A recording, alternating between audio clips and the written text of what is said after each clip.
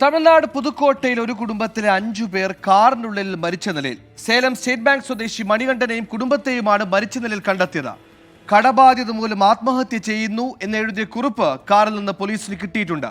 അസ്വാഭാവിക മരണത്തിന് കേസെടുത്ത് അന്വേഷണവും തുടങ്ങിയിട്ടുണ്ട്.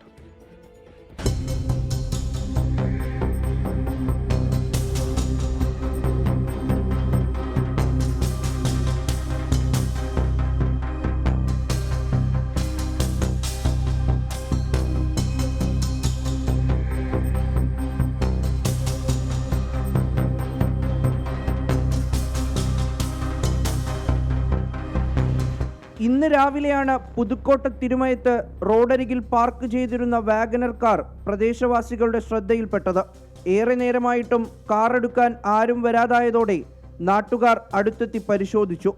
ഇവരാണ് 5 പേരുടെ മൃതദേഹം ആദ്യം കാണുന്നത്. പിന്നാലെ പോലീസ് എത്തി നടത്തിയ പരിശോധനയിൽ മരിച്ചവരെ തിരിച്ചറിഞ്ഞു. സേലം സ്റ്റേറ്റ് ബാങ്ക് കോളനി സ്വദേശികളായ മണികണ്ഠൻ, അമ്മ സരോജ, ഭാര്യ നിത്യ, മക്കളായ നിഹാരിക, തീരൻ എന്നിവരാണ് മരിച്ചത്.